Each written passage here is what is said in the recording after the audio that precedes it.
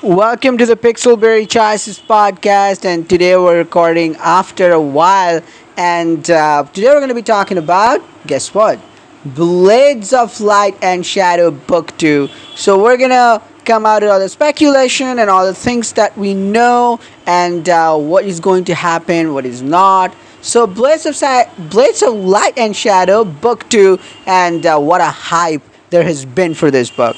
2020, before the pandemic started full-fledgedly, we had Blades of Light and Shadow book 1, I think, at the end of January.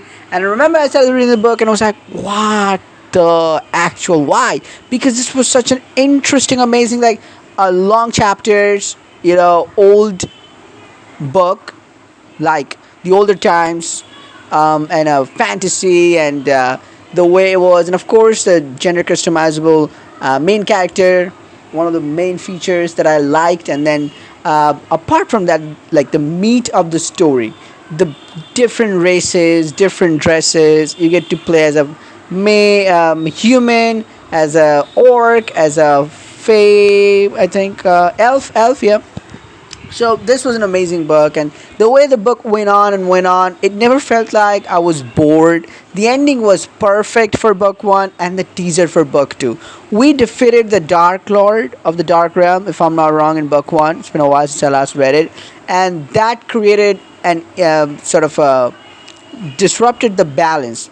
Due to the imbalance, even force that are even worse than the Dark Lord. So we wake those forces up, and they will come for us. They will come destroy our world, and everything will be on fire. Loved ones will be dying. That's what we see in a vision. How are you gonna stop it? So, and it's been, I don't know, like a lot of weeks, a lot of month.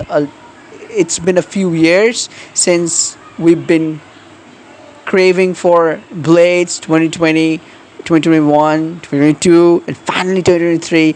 And I think September is when Blades is going to be released. So actually Choices did a Q&A about Blades, and they discussed some things, and we will take a look at that. So first thing they talked about is the love interest. So from what they said, I think there's going to be a new love interest, and they say there's a new wife, and she's gonna kick your butt, but in a sexy way, but also in a regular way. So if you see the book cover of the Blades 2, you see that this new character, a female character there, and she's sort of in the dark side, but also she's in the bright side. I don't know, I just think of that way. One of my friend Makule, he said that, and I also like to think that way. So I think this is quite interesting, that what this new character is going to be. Is she, because we have a four love interest, and and her race, it's going to be a new race for a female love interest. And if she's the fifth love interest, then I don't know, maybe she will be a bad character. Like, we will not start off good, but then you know what I mean. And then they will get used to us, and will sort of make her believe that we're not here to hurt her, or we are on the same team, something like that. I don't know. Like, maybe we start off on the wrong foot, and then we get to know each other, and then we become close. But in a sexy way and in a regular way, they're gonna kick our butt. That's what the writer Kathleen said about that character. And then the sixth love interest, possibly, Aaron. What is going to be? So they say that Aaron, we have this option of whether we want to captivate him or whether we don't want to do that. And depending on that choice, I don't know, like, what was the opposite choice of captivating him.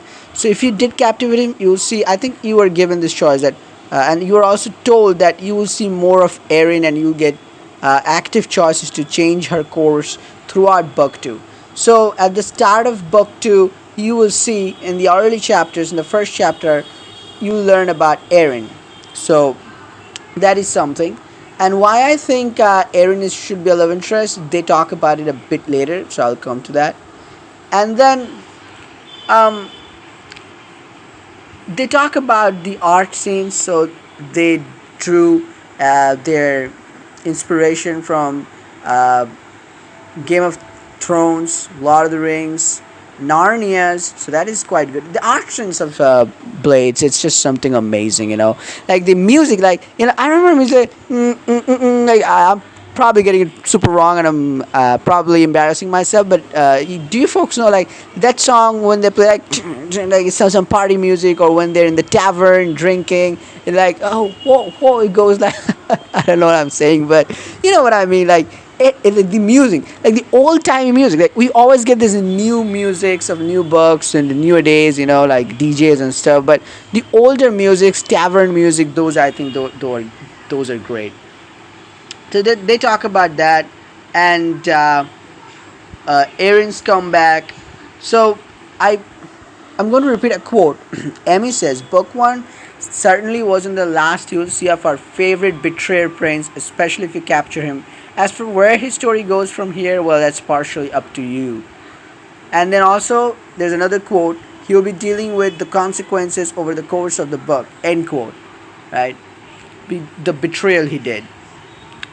And artistic inspiration, we talked about that.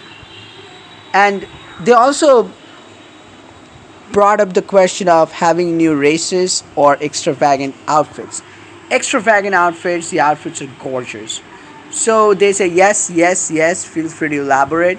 So there's definitely going to be new races. And let me say some things. They're gonna be there's going to be goblins, right? And they say goblins be sexy. Okay? Non-binary goblins. So that is something. Goblins. I don't know if we're gonna see any gnomes or not, but dwarfs. We're gonna see dwarfs and goblins. So, and then they answer some questions about designing the city of Morella. It's a huge world filled with many races, creatures, and beautiful and deadly locations. They work a lot on those locations, and they make the characters places that way. And they also answer another question of any new game mechanics or collections we can look forward to. So about the game mechanics, they say there's a whole new set of skills, weapons, and lore to collect. Jay says it's been a fun little puzzle for Jay as they dive deeper into the mechanics that were already in place for book one, and then adding their own spin on things.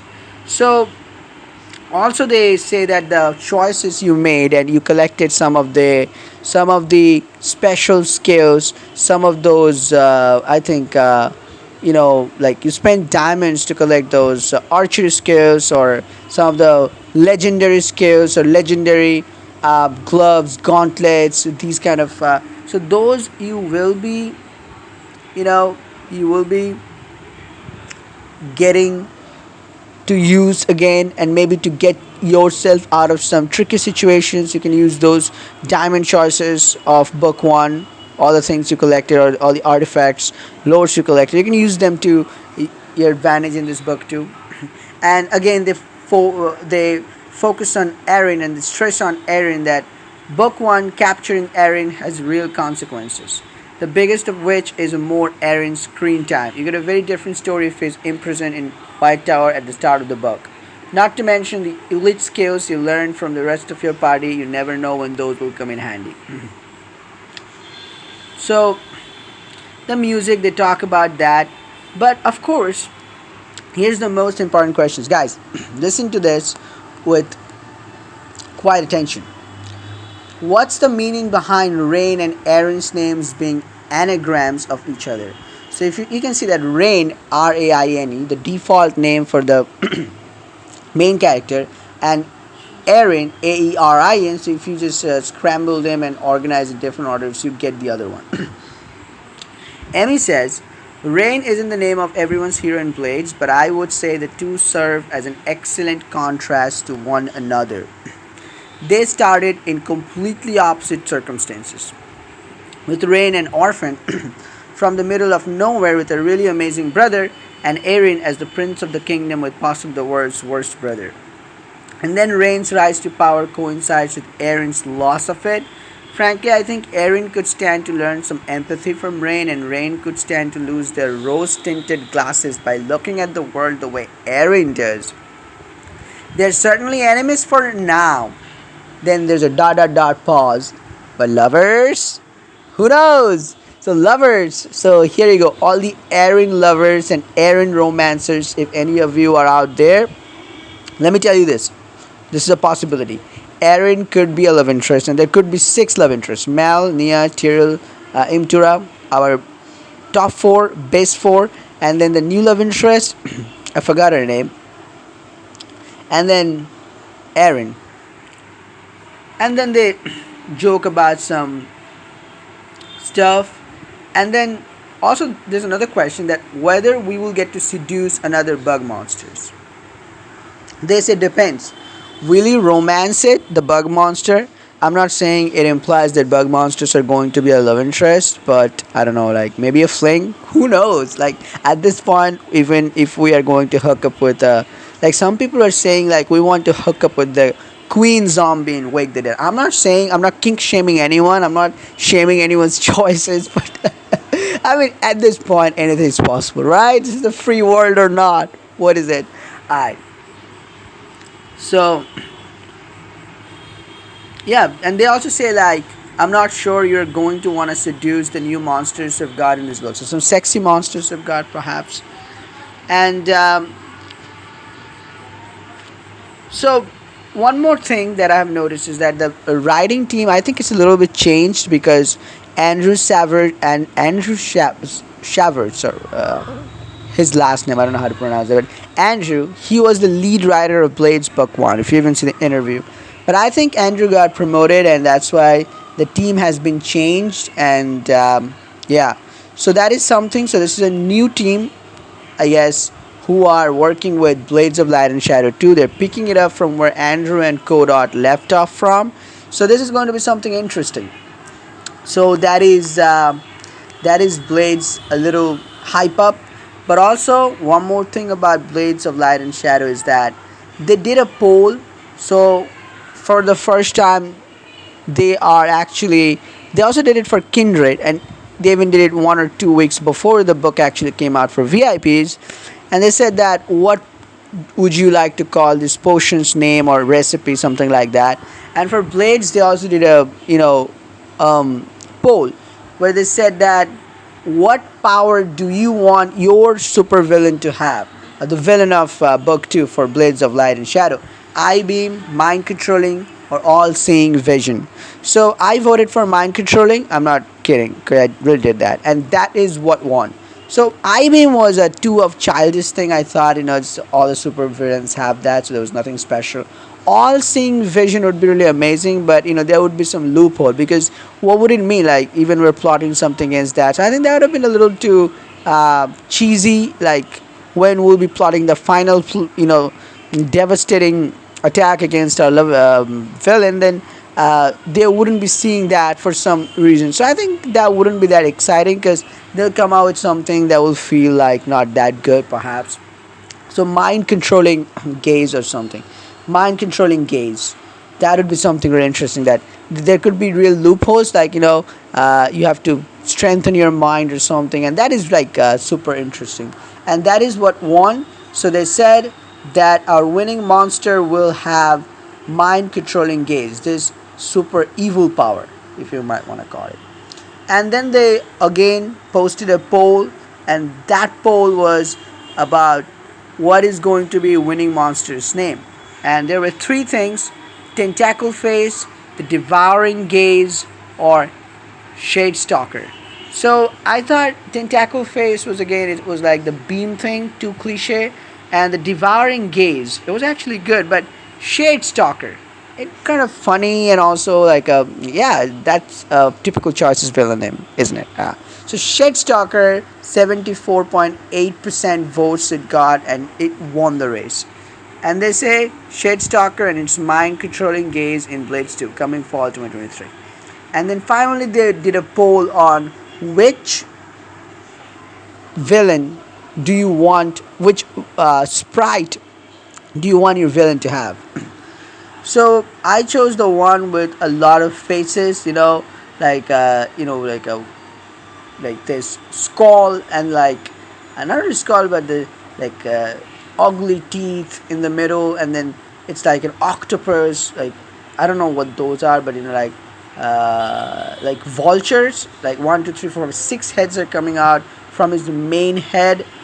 Those 6 heads are also sort of those are like vulture heads, and also like snake like body, and then the whole villain, it has a uh, you know it has like claws, and it has nails like really bad, and it has scales on its um, tail, sort of like, I don't know, like a dinosaur sort of stuff. But it looks really scary in its black and white art form. And if it looks this scary in its black and white art form, I don't know what it's gonna look in the real form. That's gonna be so.